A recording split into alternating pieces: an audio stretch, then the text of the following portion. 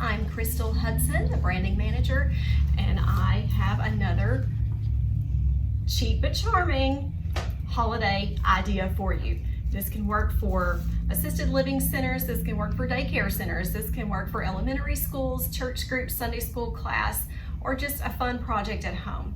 So what you'll need is a roll of toilet tissue, a piece of curly ribbon, and a couple of sheets of tissue paper. This doesn't have to be tissue paper. It can be wrapping paper, it can be fabric, it can be the bunny papers, it can be whatever matches the theme that you're trying to match. And then balloons, whatever balloons that you want to use. So simple. Lay your tissue, your fabric, whatever it is. I like to lay it out alternating like this where you can see the points. Put the toilet tissue in the middle. You grab your balloons. Ooh, that one got away from me. Simply make a loop with the ribbon. Poke your loop down in the middle of your tissue.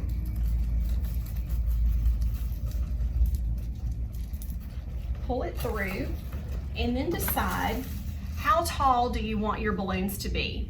Obviously, if it's going to be on a table, you wouldn't want them to be very short because you would block the view across the table. You couldn't see someone sitting across the table from you.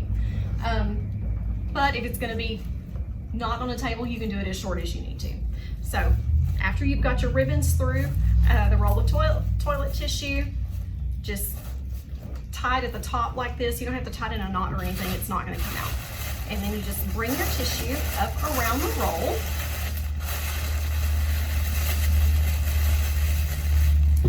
And then use a coordinating ribbon to tie the tissue. And you can use several different colors of ribbon if you want to, make them long and curl up the ends, or you can use actual ribbon maybe that matches the party or the party favors. And there you go. You have a cheap but charming centerpiece.